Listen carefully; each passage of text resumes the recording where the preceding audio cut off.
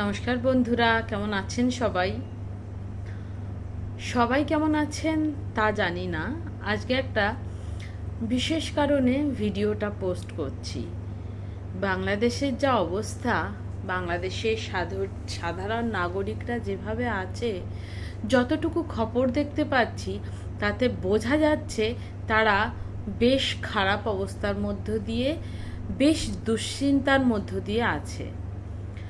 তা বাংলাদেশের সমস্ত নাগরিককে একটা কথা বলতে চাই, সকল ভাইরা, দাদারা, দিদিরা, বোনেরা যারা আছেন,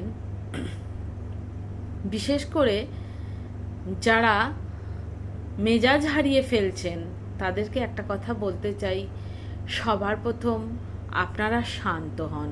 প্লিজ, সবার প্রথম আপনারা শান্ত হন। শান্ত হলেই দেখবেন অনেকটা ঠিক ডিসিশন নিতে পারবেন। সবার প্রথম শান্ত হন।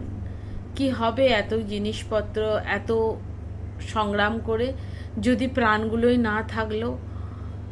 আর যারা মারা গেছে তাদের জন্য রইল অসংখ্য অসংখ্য অসংখ্য প্রণাম। ঈশ্বরের কাছে জানাই ওনারা যেন শান্তি পান।